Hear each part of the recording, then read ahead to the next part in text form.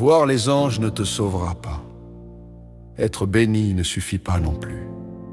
Savoir tous les mystères et tout ce qui enveloppe la Bible, bien trop souvent des questions sans réponse. Eh bien, cela non plus, même si tu avais toutes les réponses, et tous les mystères de la science, et de ce qui entoure la Bible, ne te permettrait pas de devenir ce que Dieu veut. Voir comment sont les anges, les archanges, les chérubins, et bien d'autres encore. Voir comment est le ciel, comprendre parfaitement la Bible, cela non plus ne peut pas te sauver. Voyez-vous, parfois on croit que prier des heures, lire des heures, se retenir de péché fera de nous des sauvés.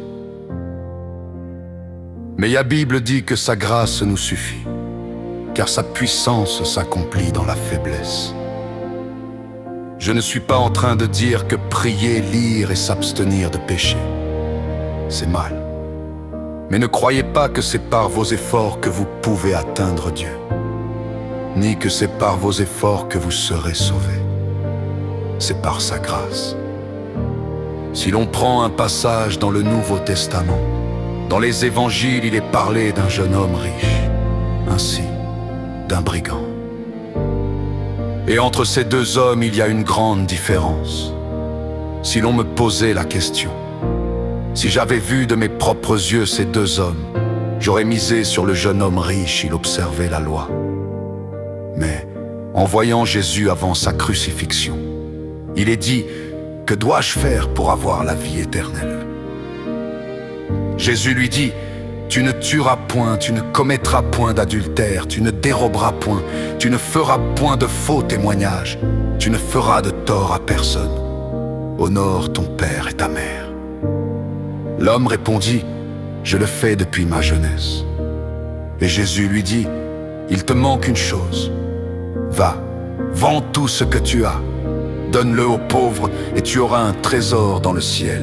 Puis viens et suis-moi. » Mais lui, attristé par cette parole, s'en alla tout triste, car il avait de grands biens.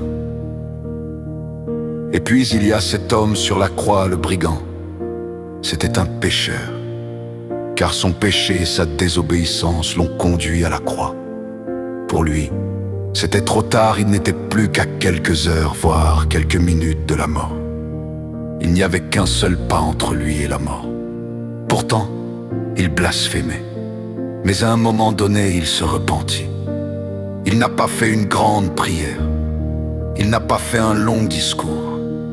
Il a simplement dit, « Seigneur, quand tu viendras dans ton règne, souviens-toi de moi. » Ce ne sont que quelques paroles et pourtant le Seigneur lui a dit, « Aujourd'hui même, tu seras avec moi au paradis. » Bien trop souvent, on croit venir trop tard vers le Seigneur. On se dit, je pêche trop, je vole, je critique, je juge, je suis dans la drogue, et bien plus encore. Mon mariage ne va plus, mes enfants, ça ne va plus. Et pourtant, Jésus ne l'a pas rejeté. Il ne lui a pas dit, toi, tu es pécheur, toi, tu voles, toi, tu n'es pas baptisé, toi, tu n'es pas ceci ou cela. Non. Parce que Dieu ne regarde pas la multiplication des paroles, ni le temps de prière, ni le temps de lecture. Il regarde le cœur. C'est pour cela qu'il dit dans le psaume 51 et versets 18 à 19 que le sacrifice agréable à Dieu, c'est un cœur brisé. Alors mes frères et sœurs, il ne faut pas se condamner, car Dieu dit, si ton cœur te condamne, sache que je suis plus grand que ton cœur. Alors aujourd'hui ou ce soir, peu importe où tu te trouves, accepte Jésus. Accepter Jésus, ce n'est pas arrêter de pécher par ses propres forces, ni lire plus la parole, ni prier davantage pour mériter son amour. Non, c'est dire, Seigneur, je te laisse faire, ma seule force, c'est de venir à toi et de te demander pardon. Donne-moi un cœur nouveau. La parole de Dieu dit qu'il se laisse trouver par celui qui ne le cherche pas, qu'il exauce ceux qui ne demandent rien. Alors si toi tu le cherches et tu demandes, crois-moi, il se laissera trouver, il t'exaucera. Dans Matthieu 7,7, il est écrit: cherchez et vous trouverez, demandez et vous recevrez, frappez et l'on vous ouvrira.